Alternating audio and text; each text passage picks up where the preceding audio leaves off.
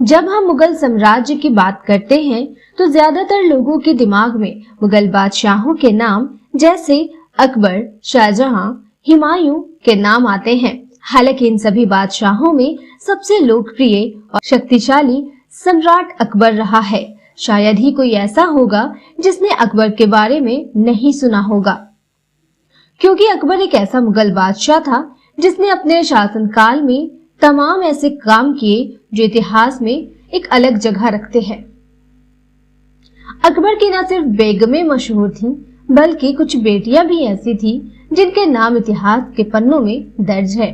उन्हीं में से अकबर की बेटी, सबसे लाडली बेटी आराम बानो बेगम का नाम भी आता है। अकबर की बेटी आराम बानो बेगम न सिर्फ अकबर की सबसे पसंदीदा बेटी थी, बल्कि बेहद खूबसूरत भी थी।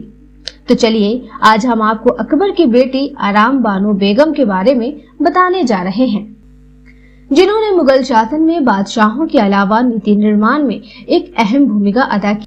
आराम बानो बेगम एक मुगल राजकुमारी थी जिनका जन्म 22 दिसंबर 1584 को हुआ था।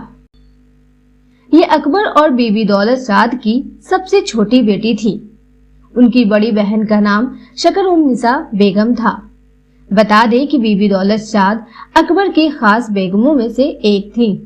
हालांकि यह स्पष्ट नहीं है कि बीबी दौलत शाह अकबर की कौन से नंबर की बेगम थी।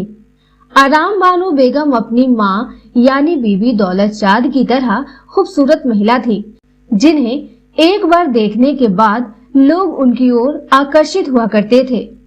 इतिहास के अनुसार आराम बानो बेगम को उनके पिता यानी अकबर प्यार से लाडली बेगम बुलाया करते थे।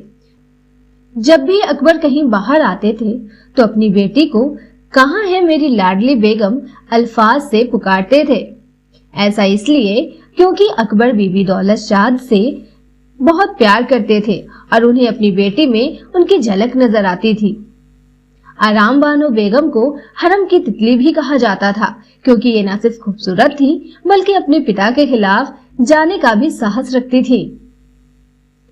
इसका स्वभाव तेज तर्रार और बातूनी के नाम से मशहूर था। वो किसी भी गलत बात या काम को बर्दाश्त नहीं करती थी और उनके खिलाफ आवाज उठाती थी। इसलिए लोग उन्हें हरम की तितली के नाम से बुलाया करते थे।